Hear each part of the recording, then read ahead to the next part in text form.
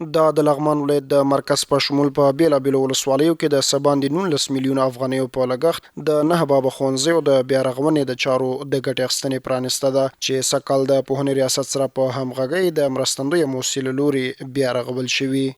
دغه مکاتب چې د کوار موسسې د طرف نه په لغمان ولایت کې د کال د شروع نه تر اوسه پورې ترمیماتي چارې په لاره اچول شوي وو. په دې باندې تقریبا 19 میلیونو 3,78,930 روپۍ افغاني مصرف راغلی دی. بل لور ته د یاد ولایت ښوونکي او اوسیدونکي خوښ دي او وایي چې د ښوونځیو بیا رغونه زده کوونکو ته ښه او مناسب درسي چاپیریال برابروي.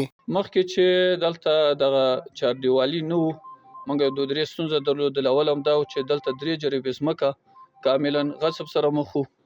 د چاردیوالي په جوړېدو سره الحمدلله ټول ځمکه د مکتب په داخل کې راغله.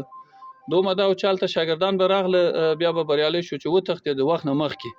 اوس به د تعلیم په کیفیت دومره قوي شي چې شاګردان به منظم 8 بجو راشي، په 12 بجو په وخت باندې به رخصت شي، په یو دروازه داخليږي بله دروازه وځي. دغه کارونه چې دلته شروع شوي دي زمونږ خپل او د ملت د شاوخوا قوم ډیر خوشحال دی په دې خبره باندې.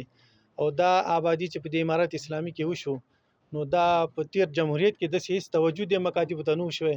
نو الحمدلله موږ ډیر خوشاله یو، زموږ ماشومان ته زموږ زده کوونکو ته ډیر سهولت دلته برابر شوی دی. هم مهاله ولایتي اداره ټولو ولسونو ته ډاډ ورکوي چې دوی هڅه کوي په راتلونکي کې هم په زده کړیزو او نورو برخو کې ولسونو ته اسانتیاوې برابرې کړي.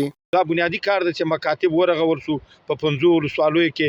نو همدغه رنګ ان شاء الله ولسونو ته موږ ډاډ ورکوو چې دا کوم مشکلات دي دوی وایي چې موږ په بیابان باندې مکاتب دي یعنی سرپناه نه لرو. نو ان شاء الله موږ کوشش کوو چې د ولایت په سطح حتی د وزارت په سطح د دوی دغه مشکلات له وزارت سره شریکو ترڅو پورې دغه مشکل ته د پای ټکی کیدو او د موږ او د تاسې آینده ځوان نسل ته ماشومان ته مکاتب ښه جوړ شي ترڅو د موږ او د تاسې معرف په بخش کې ښه پرمختګ وشي.